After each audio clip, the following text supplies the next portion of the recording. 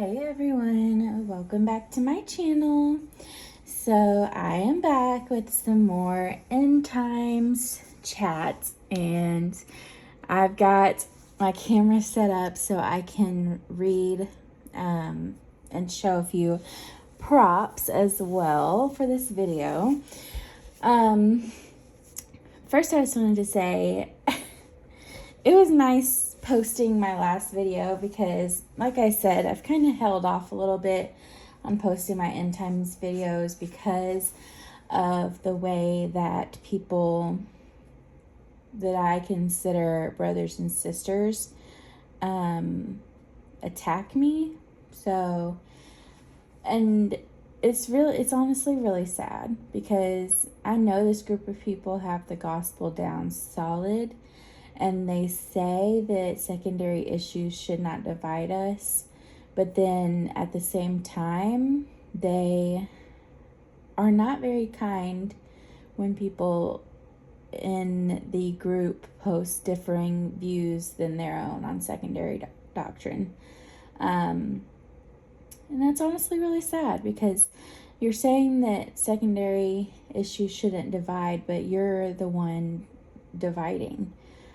You're the one attacking, you're the one unsubscribing and getting triggered when people want to talk about different things than you. And that's just really unfortunate. One person in particular is really disappointing to me because, his video is the first video I came across, and it pulled me out of the Lordship salvation stuff when I was really struggling. You can go listen to my testimony video with Daniel from a few months ago, and I explained all of that.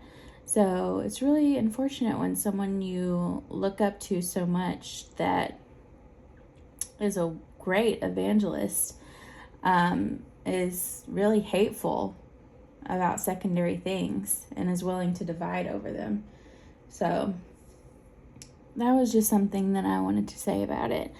But as far as the video today, I wanted to talk about the seals a little bit more and just kind of explain this a little bit more about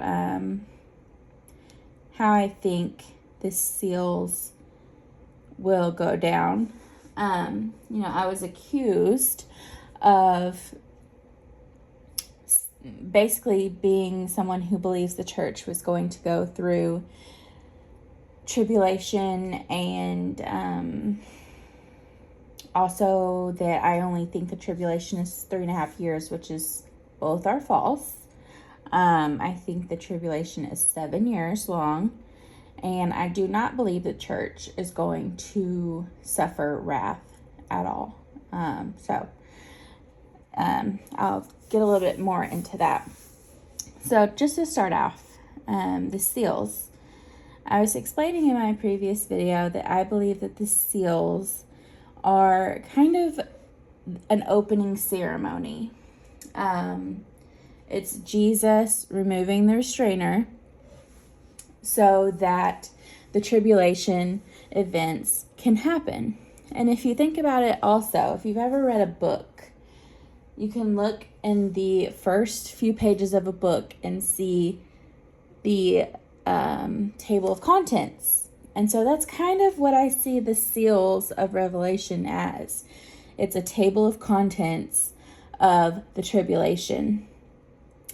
These all tell, seal 1, 2, 3, 4, 5, all tell of what is to come over the next 7 years.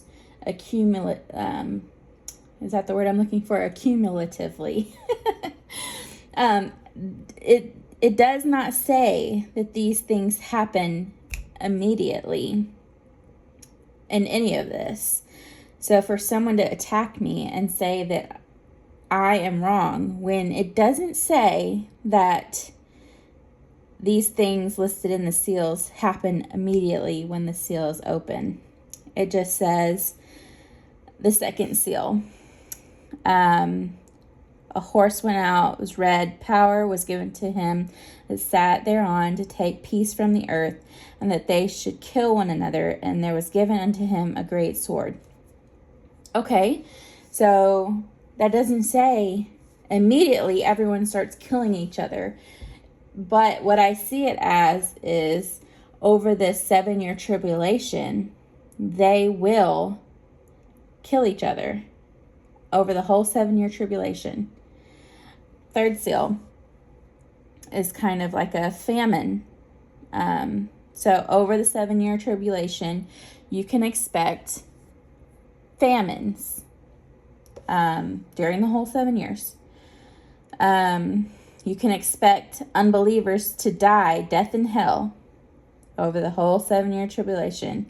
They will be killing each other. They will be famine, death, and be killed from the beasts of the earth. Fifth seal, martyrs.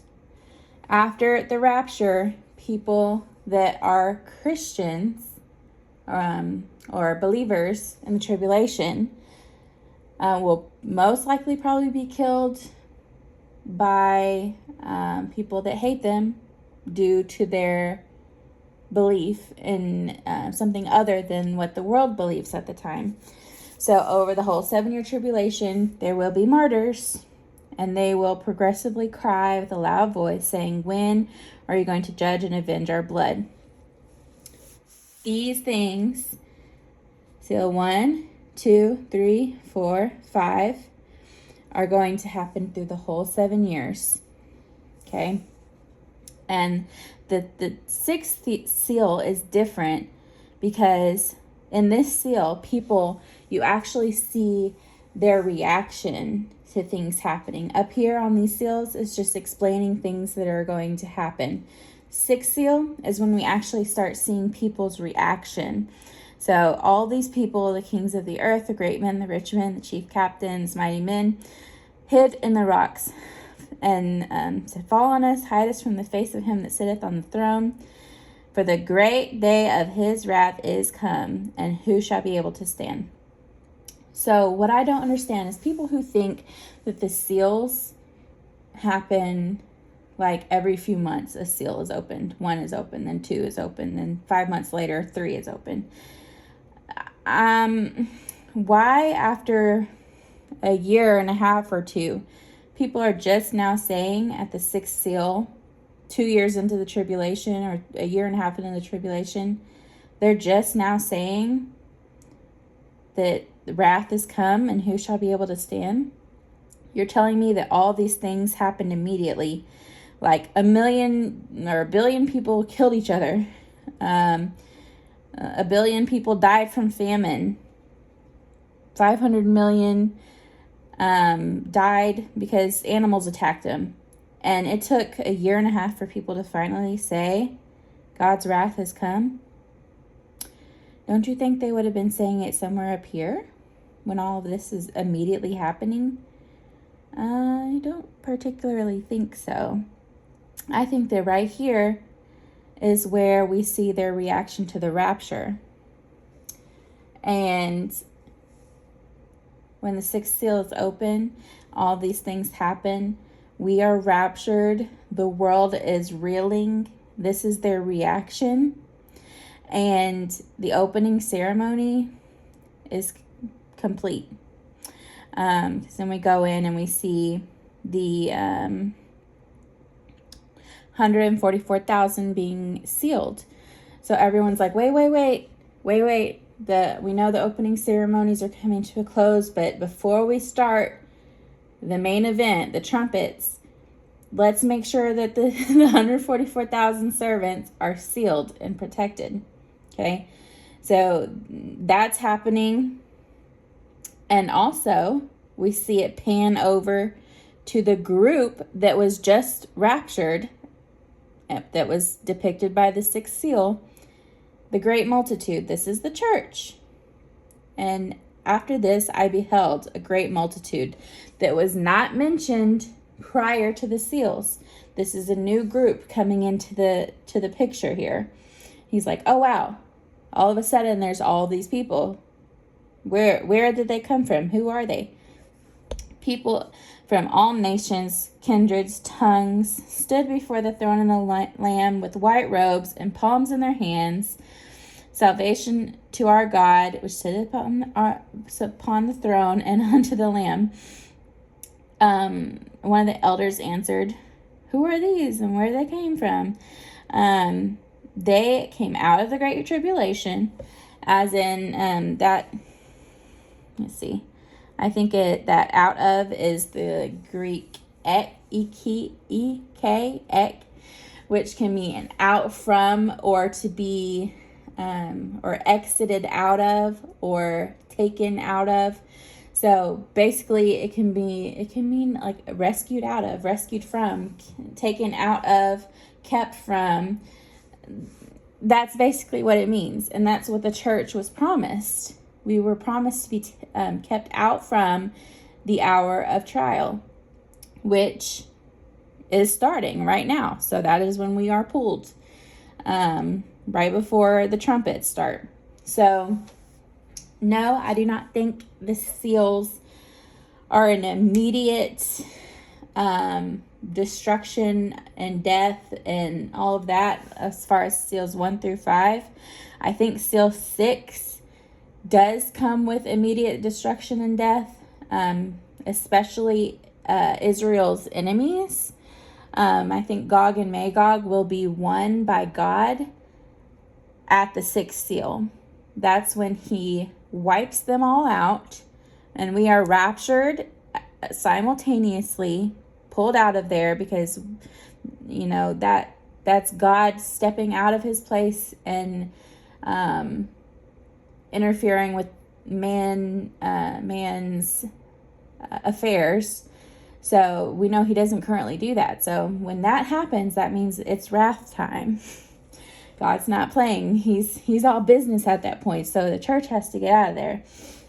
So that is just a quick overview of what I think about the seals. And personally, I believe the seals are all opened on the same day, because it's the opening ceremony. In order to start the trumpets and the bowls, you have to remove the seals. How do you read a scroll? You cannot read a scroll unless you remove the seals first. The scroll is not readable. You can't open it till you pull off the seals. And I did go to Hobby Lobby and buy a seal making kit just for this video, just for like a visual of what a seal would kind of look like on a scroll. So if Jesus is, removing the restrainer as far as starting the tribulation, seal 1, 2, 3, 4, 5, 6, 7, how long does it take to take off some seals? I mean, same day, in 5 minutes? I don't know. But seal 1, you take off seal 1, and that takes off the restrainer as far as the white horse rider. Okay, it's not coming off all that easy. White horse rider. Okay, now take off the 2nd seal. That means people can now kill each other over the next 7 years. Take off the 3rd seal. That's famine that is being unsealed. Take off the 4th seal. Now we've got death and hell unsealed for unbelievers. Take off the 5th seal. Now we can see the martyrs under the throne. And here we go.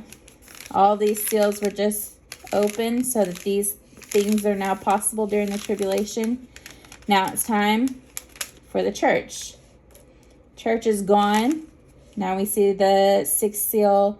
The world is reacting. Everything's chaotic, going crazy. And then this is when the 144,000 are sealed. We're seen in heaven. And then when the 7th seal is opened, there was silence in heaven for the space of half an hour. I don't know what the silence is for. Haven't really looked very far into that. But now the scroll is unsealed, and what can happen? We can start with the 7 trumpets, and those can go. And once we get done with the trumpets, we can read the 7 bowls. Okay, so that is what I think about the seals. Let me get this image here. So I wanted to show you guys this. Now, I know that I'm going to have a lot of people upset about a date here, but hear me out. The Nisan 10 date is a date that makes a whole lot of sense as far as I'm concerned about watching every year. And that is because Nisan 10 is when Daniel's 70th week started. And it was at the command from Artaxerxes to go and rebuild Jerusalem. That's when the 70th week started. When did the 70th week end?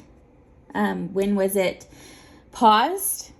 That would have been on Nisan 10 with Jesus riding into Jerusalem, the week that he was crucified.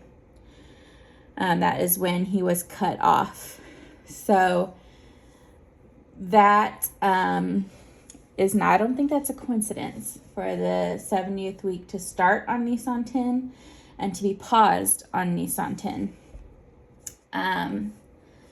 It's mine and some other people's thoughts that it would make sense to then start again the tribulation on a year in Nisan 10, and the tribulation would then end on Nisan 10 7 years later. So this is just a breakdown because I was accused of only believing in 3.5 year tribulation. That's not true. So I want to just show how I think it might go down as far as like when things will happen. So as we can see, just as an example, if it was Nisan 10 this year, which would be April 8th, you would see the 7 years here from 25 to 26, year 1, 26 to 27, year 2, 27 to 28, year 3. The midpoint would be in Tishri, which probably around the Day of Atonement. And then we have 28 to 29, year 4, 29 to 2030, year 5, 2030 to 2031, year 6, 2031, 2032, year 7, ending with the second coming. I think that the seals will be opened all on one day, possibly Nisan 10.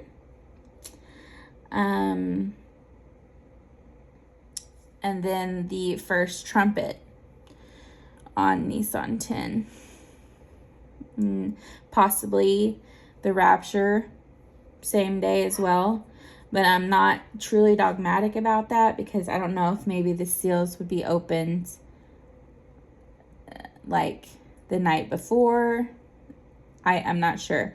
But I know that the tribulation itself should begin on Nisan 10, which I would think would at least be on the first trumpet. Okay, and so second trumpet, Nisan 10, 26. Third trumpet, Nisan 10, 27. Fourth trumpet, Nisan 10, 28. And the reason I think the trumpets are going to be every year on the same day, I'm still researching this a little bit, but there's some things in the Bible about offerings being made on Nisan 10 that were not pleasing to God, and he did issue judgment for that. So there's some more things that I need to study about that as far as as that goes. But I do think that. And then specifically, the last 3 trumpets are known as the 3 woes. So those are supposed to be like worse than the first few trumpets. And that would be after the midpoint. Woe 1, woe 2, woe 3. And at the 7th trumpet, it's announced that the kingdom of the earth has now become the kingdom of Christ, or the wording may be off on that. But that is when basically Jesus has taken back over the earth on trumpet 7. Okay. And so I believe after the 7th trumpet, that during the last year, the last 12 months of the tribulation, that's when the bowls, I'm not positive on the days, or not the days, I'm not positive on the months, like the breakdown of the months there, but there's 7 bowls. Sometime within the last year, I think the bowls will just be poured out, maybe month at a time, 1 month, 2 month, 3 month, 4 month, 5 month, like just absolutely destroying God's enemies. Because I think at the 7th trumpet, that they say that now it's time to destroy the enemies. So I think the bowls are specifically meant to destroy all of the unbelievers that are coming against God. So that's what I think about it. I think the seals are all opened in one day. I think the first trumpet starts the tribulation officially. A trumpet every year on Palm Sunday. Because Israel is continuing to disobey God and offering animal sacrifices on this day, that they could go, I'm trying to remember what it was. I think it was when they were given permission to enter the Holy of Holies or something like that. I still need to study a little bit more on this, so don't come at me, but I'm pretty sure that's what it is. This was a very special day, Nisan 10, and that's going to really anger God that they are continuing to give animal sacrifices on this day, trying to earn favor with him instead of accepting his son. So every year they're going to get hit. More judgment, another year, judgment, another year, judgment. So that's just my hypothesis on it, honestly. If y'all have any other ideas about it, definitely let me know. I know the typical idea about it, with the 7 trumpets on the first half and the bowls on the second half. I just don't think that is how it's going to go, but feel free to share your ideas on it. But yeah, I really think this Nisan 10, there's something to it, especially with being Palm Sunday. Jesus rode into Jerusalem on Palm Sunday. The palms were laid down. Palms signify victory. And when we're raptured, if we're raptured on Nisan 10 on Palm Sunday, we're going to have palm branches in our arms, in our hands, waving them at Jesus, signifying victory. It just makes sense. It just makes sense to me, honestly. There's a few other videos I want to mention. I need to study a little bit more as far as how to share it. But as far as like the covenant with many goes, I just can't believe how obvious it is. And because I've been listening to other people saying it's a peace treaty and all of that, the Bible, where it talks about the covenant with many, it does not say anything about a peace treaty. Nothing about peace at all. And what it is, honestly, that covenant is the old covenant, the Mosaic law. That is what the white horse rider is going to help Israel reinstate after the rapture, because Israel is going to see what God did for them. God completely wipes out all of their enemies in one day. They're going to feel just probably ashamed, like, oh my gosh, we as a nation have turned our backs on God. Most of Israel is secular. The rest of them don't believe Jesus is the Messiah. A few of them are Messianic Jews, but they are going to want to immediately go back to the only thing that they know, which is sacrifices and the law, as a way to get back in God's good favor. And I'm sure the world is going to be like, yo, Israel, do what you got to do to make sure that, we do not die because your God is mad. Your God is angry. So yeah, build your temple. Hurry up. Peace and safety. We need peace and safety. Do whatever you need to do. Israel is going to build the temple. They're going to go back to the old covenant law. And they are going to